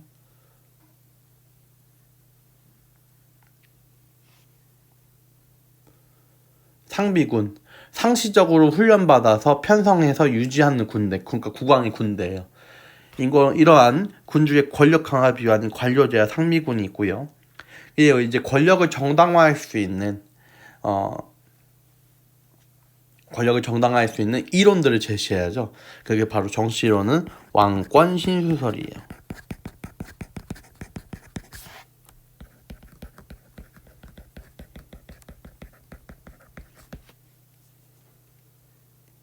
국왕의 권력은 누구한테 주어졌다? 신호로부터 주어졌다. 이게 왕권 신수설입니다. 123쪽에 교과서 123쪽에 잘 읽어보셔야 돼요. 정당성을 부여했어요. 정당성. 권력의 정당화. 난 신으로부터 받은 권력이기 때문에 너희들을 당연히 지배하는 게 맞구나. 너희들은 내 말만 들을지어다. 뭐 이런 식으로 가스라이팅한 거죠. 근데 이제 관료제와 상비군 유지하는 데는 돈이 많이 필요해요. 그래서 절대 왕정은 시민계층의 상공업 활동을 보호해주고 재정 지원을 받았어요.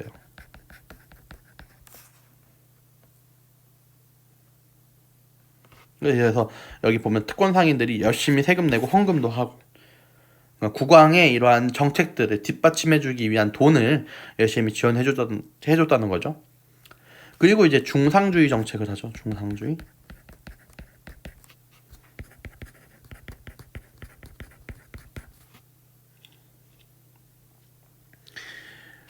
외국에서 자 보세요. 국내 상공업을 보호 육성하는 것, 국가가 경제활동에 적극 개입 통제하는 거예요. 그러니까 시장 자유, 그러니까 우리가 아는 시장 경제 체제는 아닌 거죠, 그죠?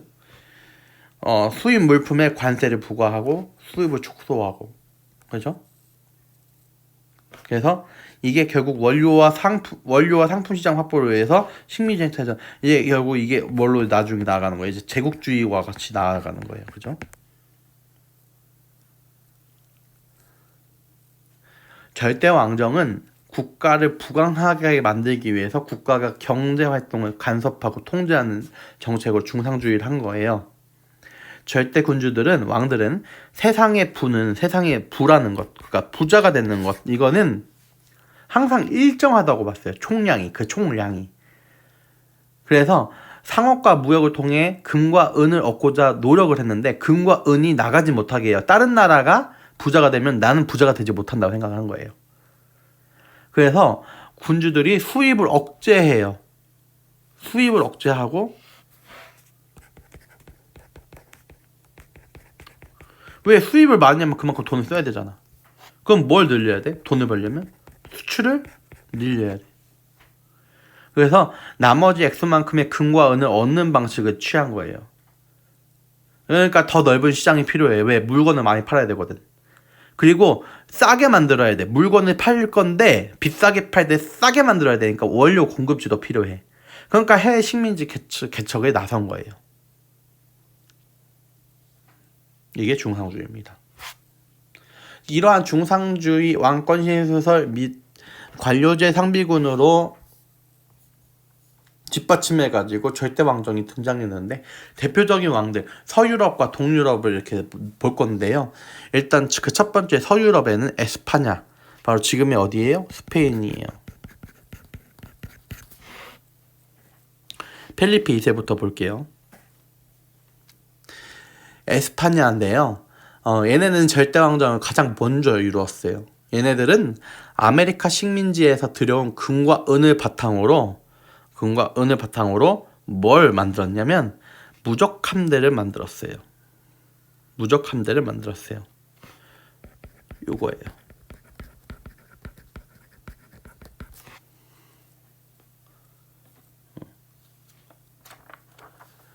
자, 그래서 무적 함대를 육성하고 국력을 확대했는데, 이때 이 사람들은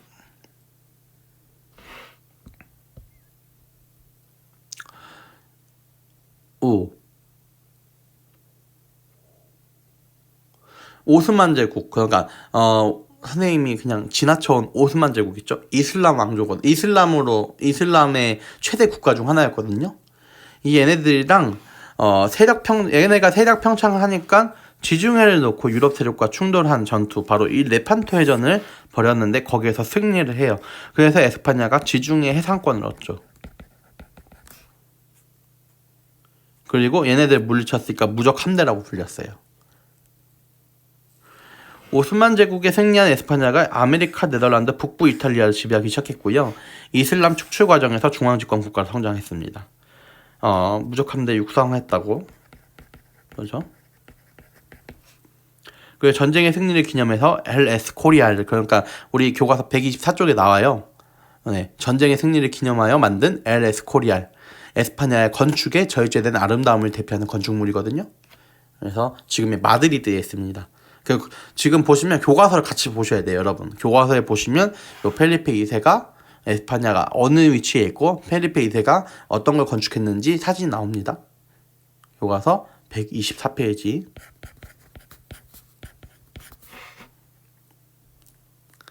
이게 에스파냐입니다. 에스파냐는 뭐 이 정도. 자, 그다음 영국과 프랑스는 이제 상공업과 도시의 발달이 순조롭기 때문에 시민계층이 성장을 해요. 이를 바탕으로 절대 왕정이 등장하거든요. 그 대표적인 영국의 절대 왕정, 절대 군주는 바로 엘리자베스 2세입니다. 이 사람은 에스파냐에 방금 봤던 그 무적 함대 있죠. 무적 함대를 격파한 사람이에요.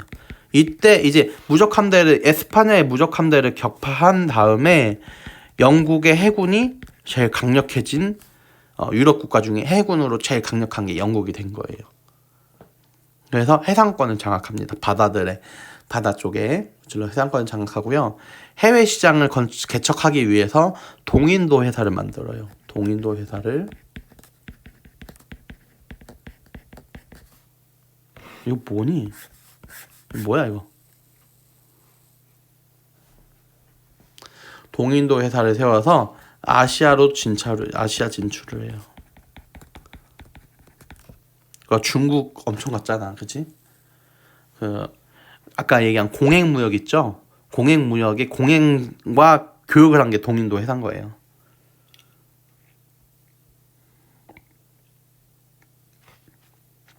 모직물 공업 등 국내 산업, 모직물 공업을 빨리 발전시켰기 때문에 자본 축적이 가능했어요. 이게 나중에 산업혁명까지 이어지는 거죠. 그리고 영국 국교회를 확립했다는 거. 헨리 8세 때 만들어지긴 했지만 이제 이걸 완전히 정착시킨 건 요 엘리자베스 2세입니다. 화폐를 통일하고 중상주의 정책을 실시했죠. 이게 엘리자베스 2세입니다. 엘리자베스 2세예요.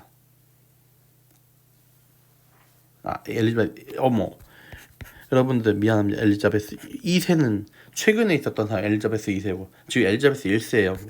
미쳤나봐. 엘리자베스 1세입니다. 남편이 없습니다. 왜? 영국과 결혼한 사람이기 때문에. 대단한 사람이죠. 자, 프랑스 루이 14세.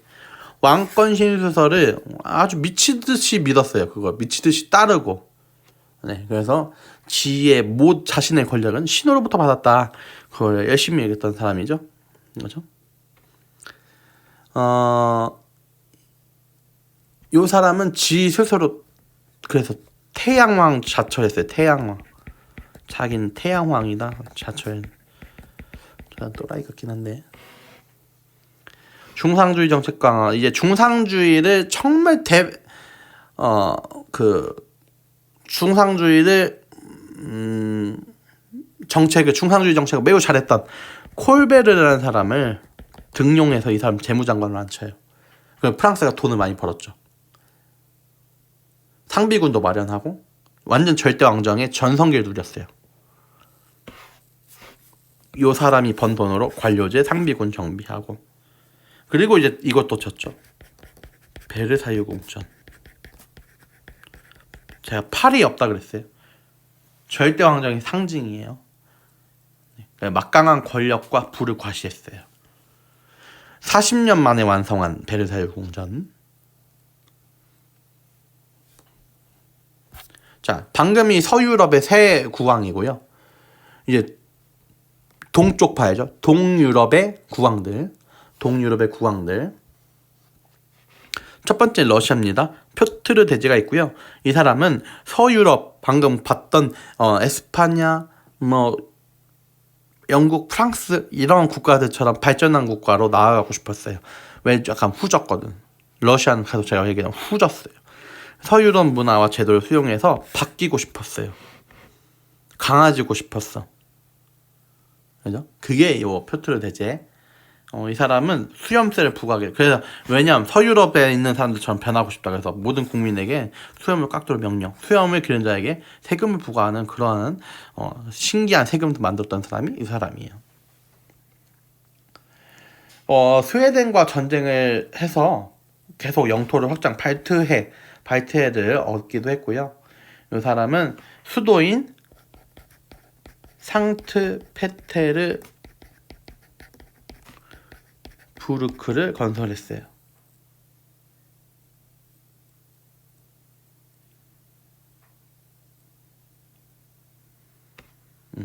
참 이거는 귀족의 상징이야, 수염.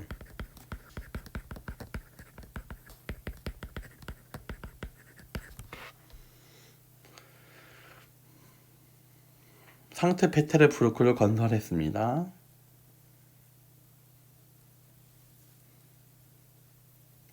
(125쪽) 보시면 돼요. 프리드리히 2세, 프로이센, 지금의 이제 독일의 이제 그 원형이죠, 그죠?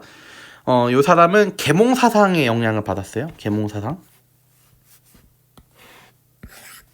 계몽 사상의 영향을 받은 사람이에요. 그래서 약간 깨어있는 사람이고요. 오스트리아와 전쟁을 벌여서 슐레지행 지방을 차지했고 산업을 장려해서 종교적 관용 정책도 실시합니다. 네. 베르사유 궁전을 본떠서 상수시라는 상수시 궁전을 만들기도 합니다. 요 사람은 본인을 뭐라고 했느냐면 국가 제1의 심부름꾼.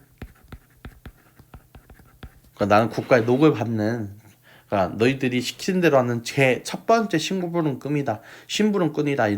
이러한 스스로를 이렇게 얘기했다는 거죠.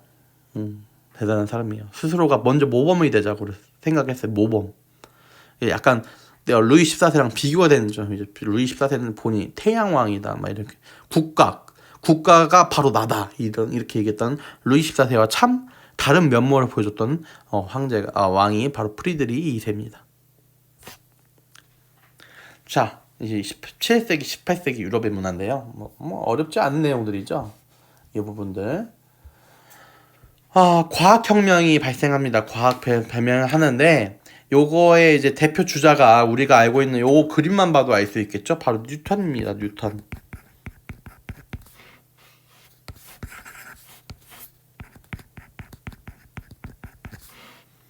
그래서 만유인력의 법칙을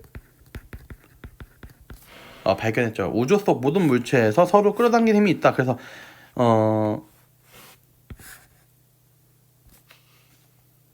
중력을 얘기했죠. 네. 우주가 움직이는 법칙을 수학적으로 설명했어요. 우주가 움직이는 법칙을 수학적으로 설명했다는 점.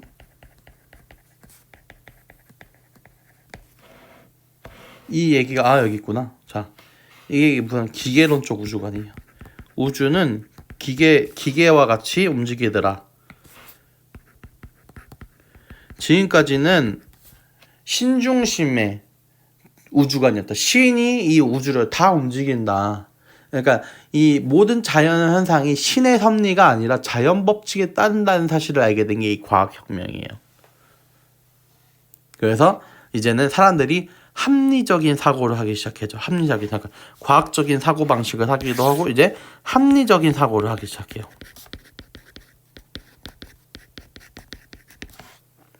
이 사람 저서 뉴턴의 저서는 뭐가 있어요? 자연 철학의 수학적 원리.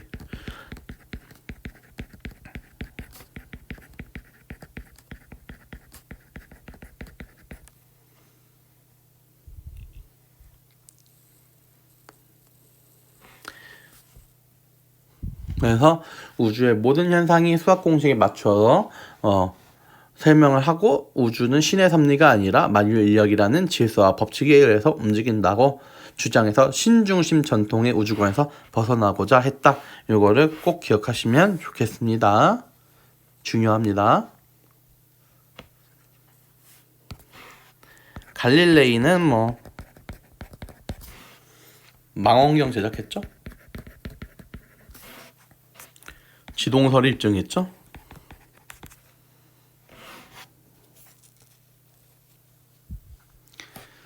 이제 과학혁명이 세상을 합리적으로 바라보는 과학적 사고방식이 발달했잖아요. 근데 이 과학적 사고방식은 당연히 이 근대적인 철학도 발달시켜요. 이 근대 철학이 또 계몽사상으로 이어져요. 그래서 대표적인 세 사람이 있어요. 루소, 볼테르, 몽테스키웨. 중요하죠. 근대 철학에서는 제가 사회계약론도 얘기했어요. 홉스, 로크, 루소 플러스 해주시고, 루소, 국가의 주권은 인민에게 있고 국가는 국민의 개개인의 일반 의지를 확인해야 된다. 모든 사람들이 원하는 공공선이 있다.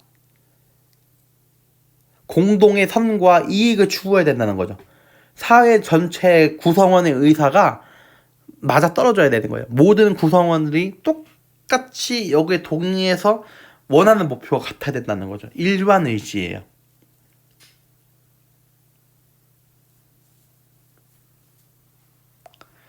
볼테르, 신앙과 언론 및 출판의 의사는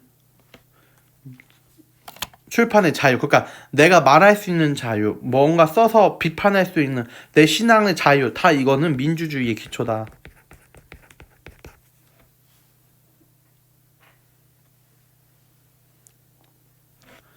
통치 권력을 입법, 사법, 행정으로 나눠야 된다. 이거 뭐예요? 삼권 분립이죠.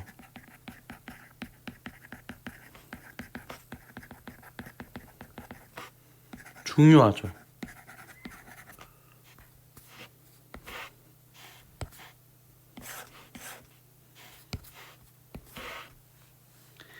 이러한 대표적인 세 사람, 계몽사상은 그 뭐예요? 결국 인간의 이성을 중요시했죠. 그죠? 이성에 의한 인류의 무한한 진보를 믿는 사상이에요.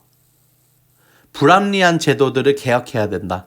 불합리했던 제도들을, 전통들을 개혁해서 사회를 발전시켜야 된다. 불합리한 제도와 전통을 개혁해서 사회 발전을 이룩하려고 했던 사람들이죠. 계몽사상가죠.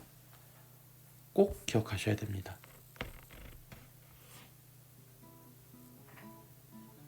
여기까지가 3단원입니다. 길죠. 길니까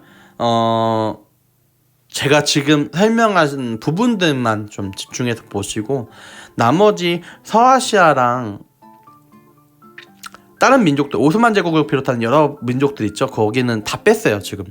왜냐면 너무 내용이 많기 때문에 거기는 선생님이 주력을 두지 않았어요. 중심을 두지 않았어요. 더 중요한 부분은 이쪽 부분들이 다 한 것들만 한 거고, 이 부분에서 시험을 출제할 예정이기 때문에 이 부분들만 보시면 됩니다. 네. 그래서 너무 느리다 싶으면 배속을 1.25로 하셔서 보시고, 제가 편집 실력이 아직은 유능하지 않기 때문에 자막을 매번 다 달 수도 없어요. 일단은 그래서 제공한 바에 잘 듣고 여러 번 보시면 되겠습니다. 필기 잘 하시고요. 알겠죠? 자, 그럼 4단원에서 보겠습니다.